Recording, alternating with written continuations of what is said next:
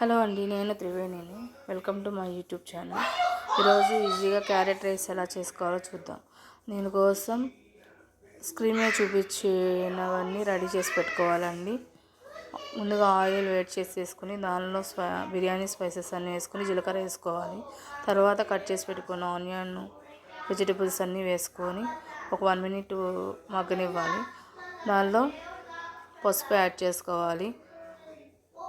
1 minute cook చేసుకున్నాక తర్వాత అల్లం వెల్లుల్లి పేస్ట్ వేసుకొని తిప్పుకోవాలి. పచ్చివాసన పోయే వరకు దాన్ని తిప్పుకోవాలి.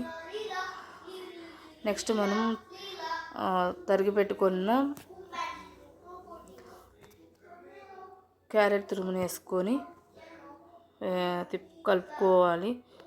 అది క్యారెట్ తురుము వేగే వరకు ఉంచుకొని దానిలో కొరియాండర్ జీరా పౌడర్ వేసుకొని కలుపుకోవాలి.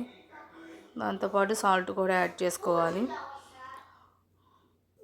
తర్వాత మనం కుక్ చేసుకున్న కప్పు రైస్ని వేసుకొని తిప్పుకొని లాస్ట్గా దింపే ముందు కొరియాండర్ లీవ్స్ అని లెమన్ జ్యూస్ పిండుకుంటే మన క్యారెట్ రైస్ రెడీ అయిపోతుందండి. అంతేనండి, ఈజీగా రైస్ కోసం పిల్లలకు కూడా ఇష్టపడి తింటారు.